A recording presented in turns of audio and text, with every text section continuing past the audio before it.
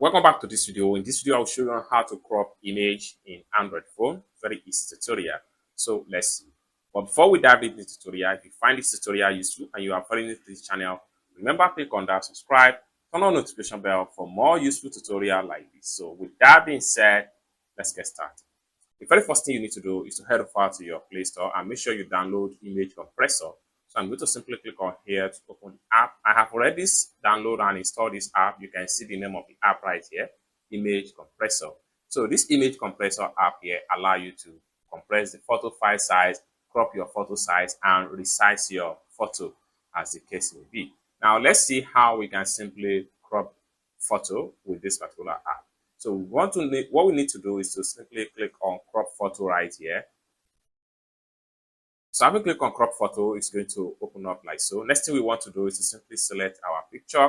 Then this is going to open up. Next thing we want to do is to drag and adjust how we want to crop the image.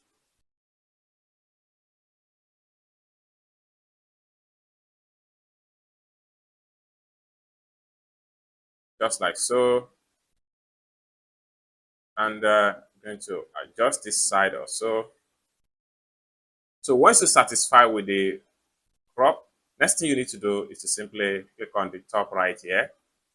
Or better still, you can crop by different platform on this particular app. So you can crop by Instagram format, you can crop by Instagram story, you can also crop by 5x4, 3x4, 4x4, you can also crop by post, you can crop by Pinterest. There are a lot of formats from the bottom right here that you can simply crop your image with.